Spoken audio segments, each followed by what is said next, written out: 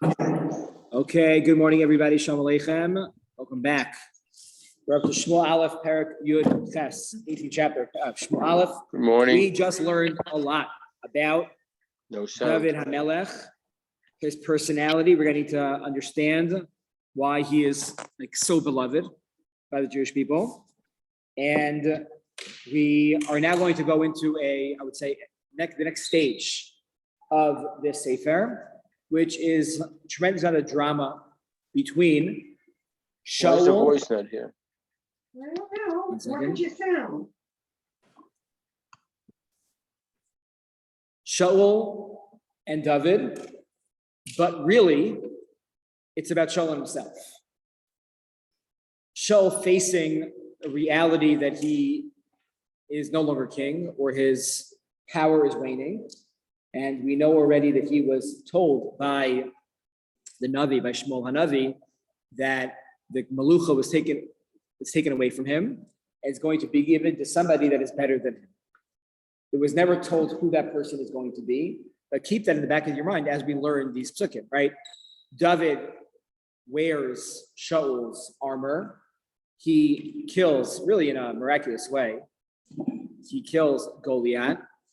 He chops off his head, which is like very symbolic, very brute in terms of waging war.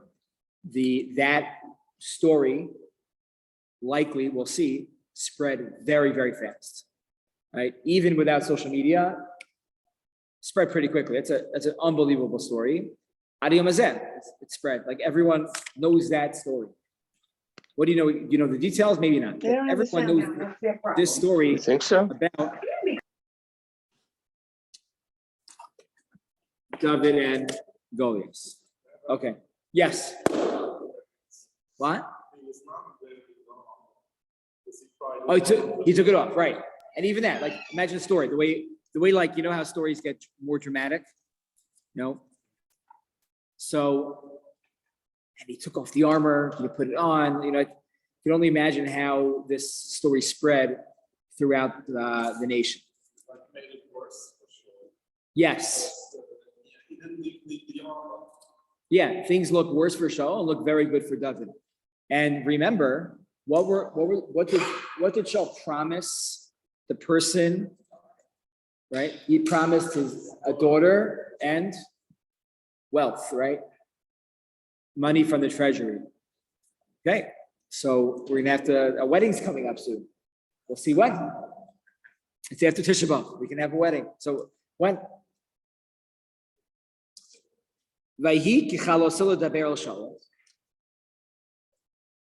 So this really picks up immediately where we left off, right? Shaul said, "Who's your father? Like who's Ben Miata?" V'nefesh Yehonasan nikshra b'nefesh David, v'yehavehu Yehonasan kenafsha. The Navi is informing us that Shaul's son Yehonatan and David have a very deep relationship, have a very strong bond between the two of them. Why is that important to point out right now? Why now? We only met Yehonatan. Yehonatan was like David, Shaul's chief general. Okay, so on one hand, as the relationship with the father goes down, gets weaker, the relationship with the son is going to get stronger. Good. Why else? What? When did Yehonatan save David? Okay, not yet. Yeah, that's gonna be later. Not yet. He didn't save him yet, but that's because of this. But why is this so significant? Who should be taking over as the next king? Yehonatan. Yehonatan should be taking over as the next king. It's not a question. Shaul, the Torah says, in fact, that only if the king's son is not worthy do we go somewhere else. Yehonatan, if he's a normal person, right? Normal son of a king, is always looking, right? The press. We have a new king in England, right? And that king has two sons. It's been discussed even before the Queen of England died, for decades. Who's going to take over after the current king dies? Right? So much books have been written, hours and hours and hours have been spent discussing this one topic. It's only natural for the son of Shaul, Yehonatan. Shaul likely has other children, but we see that Yehonatan has already taken a position with politically and militarily, and he's taken a position, alongside Shaul fighting these battles. So it's clear that Yehonatan, or even the nation, views Yehonatan as a mamale makom, as the person that's going to fill his spot. Yet, what do we see here? That Yehonatan loves David, that they have a deep relationship and respect. And when you have that, there could be space for other people to take over perceived positions. Now we're going to see here, this is going to be a relationship which is unique. There's no jealousy and no enmity at all. Yeah. Yeah, why do you say that it's clear that Yehonatan or one of Shaul's children will take over? They do the possible Yasser Shane and Yehuda. Only Okay, fair. Yehuda Yeah. be dynasty, so they do that. In fact, that's what Shaul was always worried about, that some other usurpation of his stuff. Yeah, from that perspective, I hear you saying that Yehuda is going to take over eventually, right? At the same time, it's only natural for the son of the king to assume you will become the next king. And when someone else now is stepping in, it seems to be, it would be an affront at the very least. Yet they have a special relationship. When's the other time, only other time in Tanakh this language is used? Nafsho, Kishura, Benafsho. Abe? Yeah, by Yaakov, Yehuda comes forward and wants Yosef to release Binyamin. Right, Yehuda, this is Parshas Vayigash, the climax of the story of Yosef and the brothers. Binyamin is taken, and Yehuda steps forward to face up against the anonymous Egyptian viceroy, Yosef, to say, this is not going to happen. He becomes an Aref, responsible for his brother, and the Torah points out, he says in his speech to Yosef, V'nafsho, Shur b'nafsho. Our souls are tied up and bound up together. Now, that's amazing. He meant that very literally. He made a deal with Yaakov. The same language is being used over here. It's the same story. Who do we have here? We have David and Yehonatan. What Shevet is David from? Yehuda. What Shevet is Yonatan from? Yehonatan. From Binyamin. The same story, repeating itself, right? This is something significant. When the Bnei Rachel and the Bnei Leah team up, only good can happen for Klal Yisrael, right? And that is the story of Yosef and the brothers separating repeats itself throughout Tanakh and really throughout history. And this is one of those times when things are good. Very often it's not. But this is when they team up together, and that is unbelievable. Vayikacheu Shaul bayomahu v'lo nisano lashuv beis aviv. Shaul takes David to the palace, and he does not allow David to return home. Right? Why does he not allow him to return home? Says the Malbim, Mitzat Shaul haya shayidaito livnos lo bais naaman uhischatein. The plan was, Mazel Tov, you're my son-in-law. So if you're my son-in-law, you're not living in Beis Lechem anymore with your father. You get to live with me. That's the way things are done. Typically, the son-in-law lives with the in-laws. That's the way things were done. And probably has better accommodations, I assume. I don't know. It's not a competition. Imo v'lachein lo nasno lashuv el beis aviv el atzon ki miyuadhu lios chasan hamelech. He's now going to be the son-in-law of the king. That is a significant position. And Shaul does not waste any time with moving forward with this. Yeah. You always say, keep your friends closer, keep your friends close, keep your enemies closer. Very good. If you got it, wants it to be the Hassan, so I can control, you're not going to be the king. Very good. So we'll have to see how that plays out in 3 psukim. Vayichros Yehonasan v'David bris be'havaso oso kenafsho. Yehonatan and David make a pact, a covenant, a bris with each other. Says the Malbim. Mitzad Yehonasan, right? This started with Yehonasan's, he was the one that began this. He started this, right? Vayichros Yehonasan v'David, right? He's the one that initiated this. He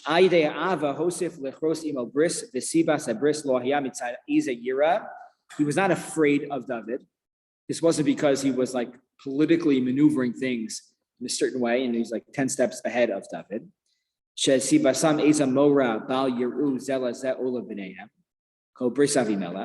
This was done purely out of respect and love, that they made a bris with each other. Yes. Yeah. I just don't understand this because he has Shaul doing things and he doesn't see any concept in him. And Shmuel was the person that came to him and kind of made him king through Kadosh Baruch Hu. It's like you would think before you do anything here that. But he should consult with Shmuel about who his daughter should marry. What do you mean? The bottom line is that this is God's, if this is truly God's will. Yeah. God to be king. Just kind of step. So if I'm Shaul, Shmuel said that to me, but he hasn't replaced me yet. So why should I, step down from my duties? Because if it really is going to be David, and Shmuel does know that it's going to be David, so just kind of stand on his side. See, you're asking. I don't know if that's a question more about Shaul or more about Shmuel. Why is there no intervening right now from Shmuel's perspective, or let's say from Hashem's perspective, that David should be really taking over? We know that. We learned already that he anointed David in a private ceremony. So why is it that there's like a lag in terms of, we've already seen that even though Hashem says this is going to happen, it doesn't always mean right away. When there was a punishment on Eli's home that he was going to not live out his years, it took time for that punishment to meet itself out. And his kids were going to die young. It didn't happen right away. Even some of Farshim said it wasn't really Mikuyam with them and his children. It started much later on in history. So when Shmuel, from Shaul's perspective, I think it's fair to defend him, is that even though Hashem said, you will not be king, that doesn't mean you're not going to be king for how long? I don't know. So I'm not going to step down until there is another replacement here. Not in a territorial way, but in a very reasonable way, I think. But let's see. I don't know. It's a great question. I have to think about that. Why would it be that there is no intervening over here? Why are things being they're like being played out in real time? And especially at some point, Shaul tries to kill them. In like 3 seconds. Yeah. Yeah. We'll see. We'll change. It's not so far away. Okay, good. It could, yeah. So it could be that he died very young. So we're going to see when the Navi tells us he died. Maybe he died earlier, right? Maybe he wasn't around there. Maybe he was. Maybe this is the way for the Kadosh Baruch Hu to test out David to see how he's going to handle, Right. being so popular, Right. and having to deal with like someone who had been in control. Like a lot Right. of times in business, Right. somebody steps down and you have to work with the replacement head and Yeah. not manage. People change. Fame changes people. Sid Topiel had a great point on Shabbos morning at Kiddush. I asked the question that at Shabbos morning, at the first Luchos, the Torah points out Moshe Rabbeinu carried them with 2 hands. And the second Luchos, he carried with 1 hand. That was the emphasis. So Sid made the following point. He said, maybe it's not about the Luchos. It's not about the nature of the Luchos changed.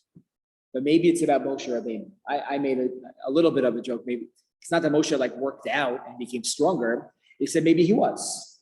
Maybe that in between these two luchos, Moshe fought and defended the Jewish people. He stepped up to God himself. And maybe this made him spiritually stronger. This made him a different type of leader. So perhaps, right, he was carrying it with 1 hand to show he had Klal Yisrael more in his back. He was stronger now after that episode with Chet Egel. So, and more confident, right? So what happens when you actually are named a leader? Okay, thank you. That was anonymous. No one knew. But now he's going to take a limelight. A spotlight's going to be directly on him. And what's going to happen as a result? Yeah. Perhaps this is far simpler. Hashem knew what's going to happen with Shaul. His choice is going to be. And Hashem wanted all of Israel to see why Shaul was no longer fit to be the king. Yeah. That's a very good answer. Maybe it played out in real time, not to drive Shaul crazy, but it's to have the people's input in terms of choosing David as king. Shaul, it didn't really work out so much when you had a lottery and you handpicked Shaul. But perhaps when there's a populace that is going to be very interested and invested in David as a person, then maybe this is going to help the Maluch. Okay, so let's see. Vayis Pashet Yehonatan es Ha'me'il Asher Alav. David. Symbolically, and Yehonatan took his clothing off, his royal garb, and he gave it to David. Umadav vad charbo vad kashto vad chagor. He gave his stuff. That's very, very significant.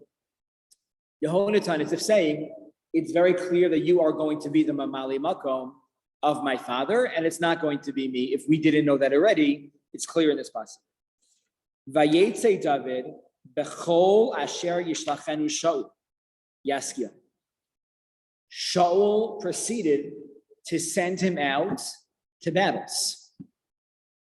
V'simeu Shaul al anshe milchama, and he put him in charge of all the soldiers at war. V'yita be'enei chol ha'am v'gam be'enei avdei Shaul. And David became beloved in the eyes of the people and also in the eyes of the servants of Shaul. It's also, you have a big business, multi-billion-dollar business. And you have a board of directors. You have assistant presidents and VPs. And the CEO is getting older. So maybe you want to choose, handpick who my next person is going to be before we actually, I actually step down. Think about, the NBA first comes to mind. David Stern was the commissioner of the NBA for many, many years. He appointed Adam Silver as his next in line, but he didn't leave right away. The same thing was done with George, who was what's his name? Bud Selig. I forgot. Whatever it is. And he chose who he's. If they would choose an outsider, somebody that's not part of this ongoing structure, be very hard for the people to really connect with him. Be very, very difficult. David was somebody that everybody liked.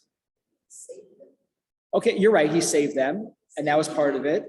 But even ongoing, even after that, even that war eventually goes over, right? The honeymoon period eventually is over, and the people still liked him. They respected him. That says a lot from an outsider, small person, does have zero army experience, right? If you are right, we discussed this, like the prime minister of Israel, and you didn't go to the army, that would be like, you wouldn't make it. You wouldn't make it, right? The president of the United States, that's a challenge. If you did serve, you didn't serve, what did you do in the army? It's always a question. It's almost like an expectation that you would. So David is really an outsider coming in, and people are really respecting him. So when David would come back from battle, right? Shiur, this is what Shiur is referring to, that he became extremely popular, especially, it seems like, with the women. They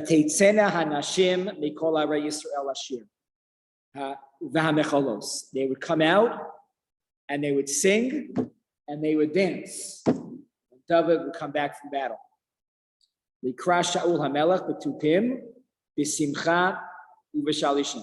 Right? They would come out when Shaul would fight a battle. They would come out and they would sing with. They would have instruments and they would sing and they would dance.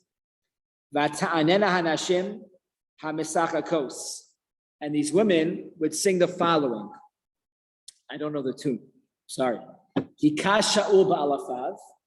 Shaul would kill and attack in the thousands. The David berivivosav. But David in the tens of thousands. They acknowledge that Shaul was a solid general. He was a good guy. He was a warrior. But in comparison to David HaMelech, 10% of a man of David HaMelech, right? That's what it's 1,000 to 10,000. That's that can really affect the current leader. Vayichar l'Shaul ma'od. This is what leads to Pasachas. Vayera be'einav hadavar hazeh. This makes Shaul very. What's Vayichar? How would you define Vayichar? Angry, right? Vayera be'einav hadavar hazeh. Became very despondent over this. Vayomer. Nasnu LeDavid Rivros, Li Nasnu Halafim.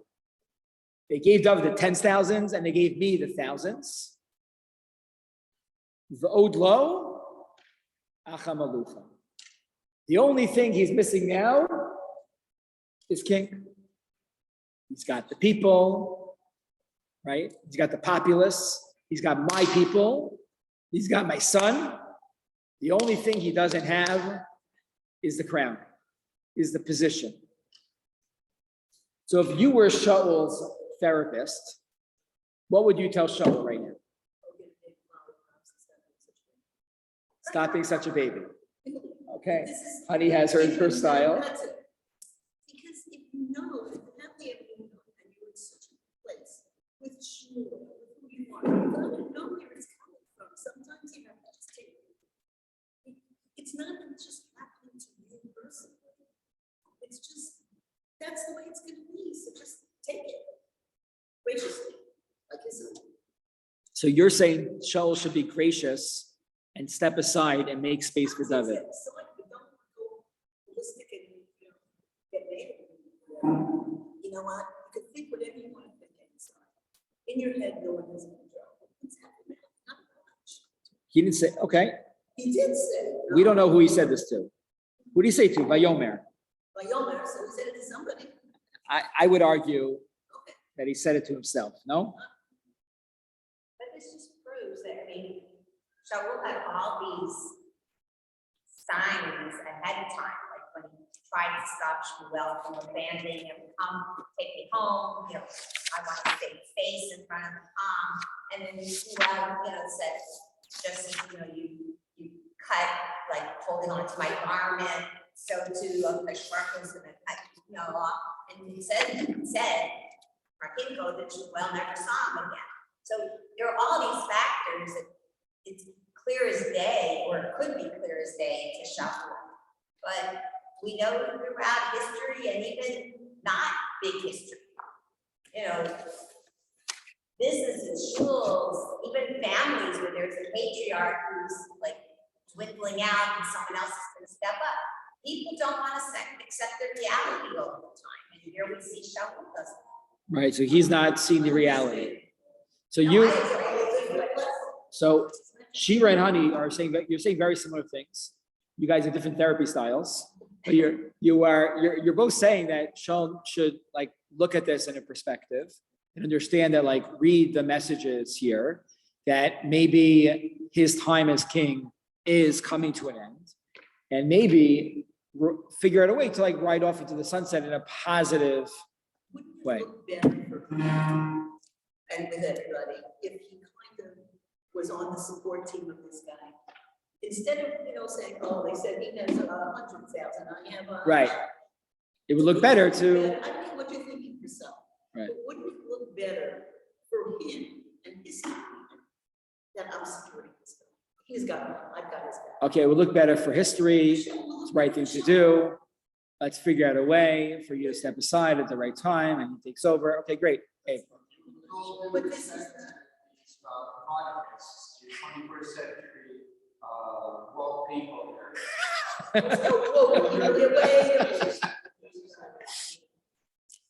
Yeah. Monday morning quarterbacks. This is where the problems started, that we learned from them to be, to use therapy and to have somebody on our team and be a champion of it.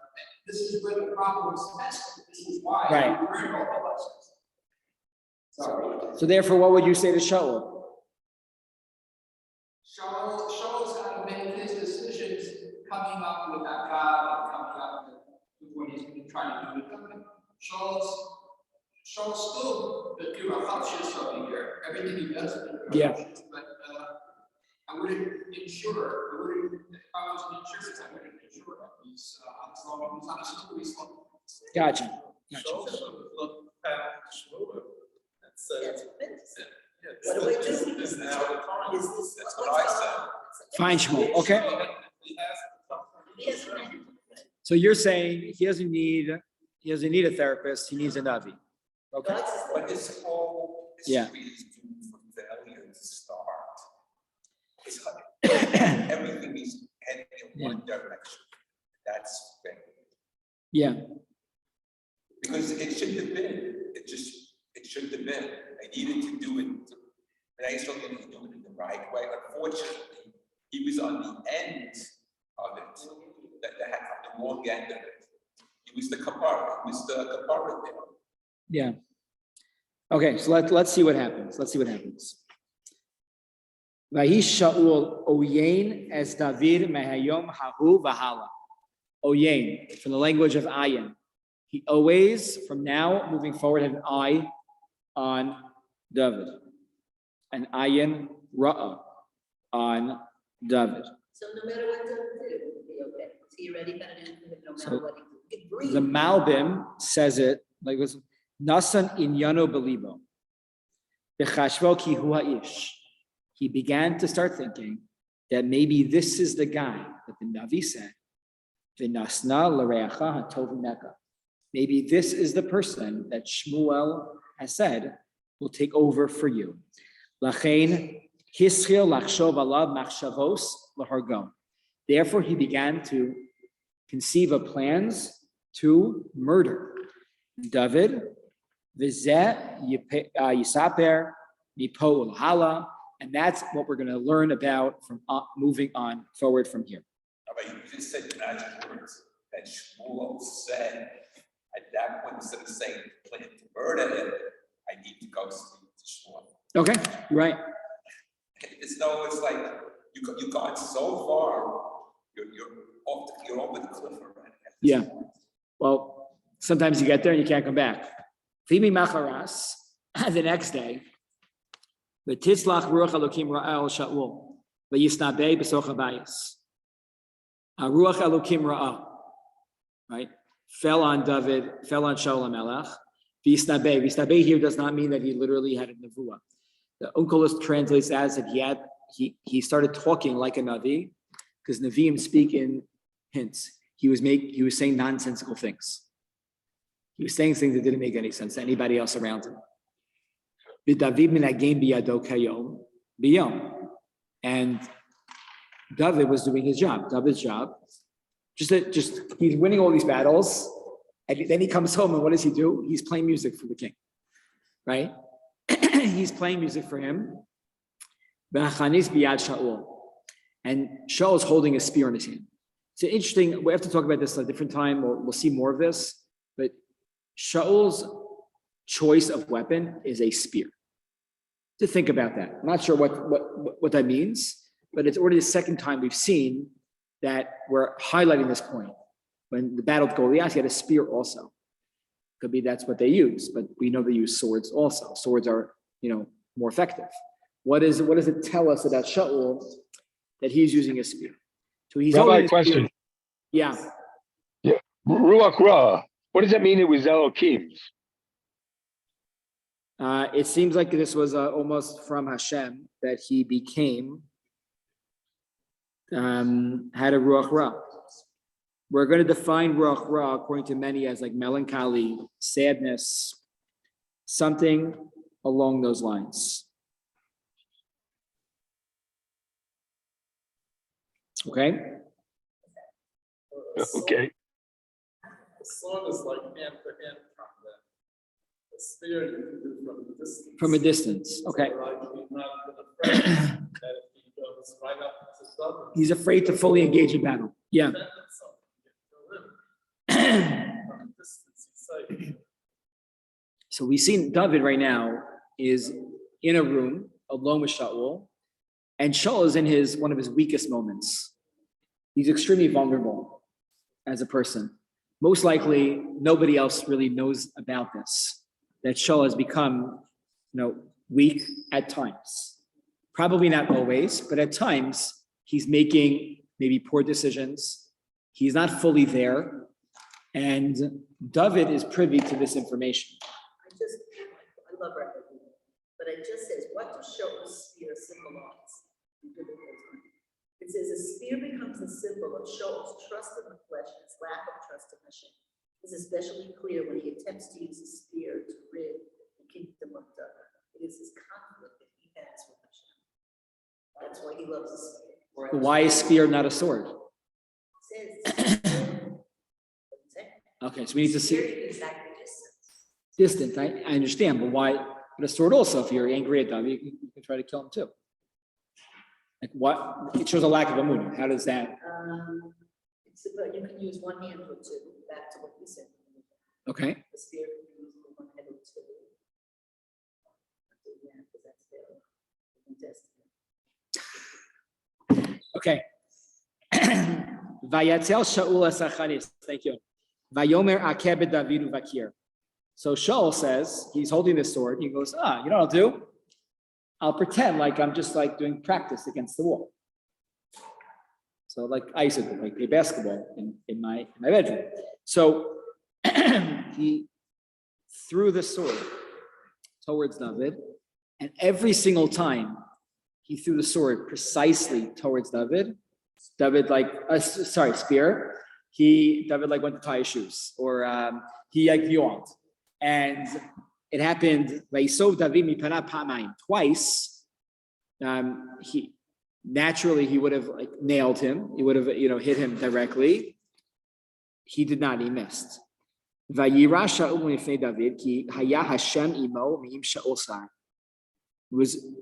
Shaul had a moment of lucidity here, where he realized that Hashem was with David. The fact that he did it twice, and both times he completely missed. Clearly, Shaul was a marksman on some level with the spear, that it wouldn't just happen. So he did now see Hashem was with David, and Hashem left me. U'me'im Shaul sar. That is a big deal, right? That's a big deal. And we'll stop here, and we'll see what's going to happen as a result of this. We haven't yet met David's wife, right? We haven't yet seen what's going to happen now See, at this moment, Shaul does have a recognition of what's happening. He does see this. He has a moment of clarity. What's he going to do with that moment? Is he going to suppress it?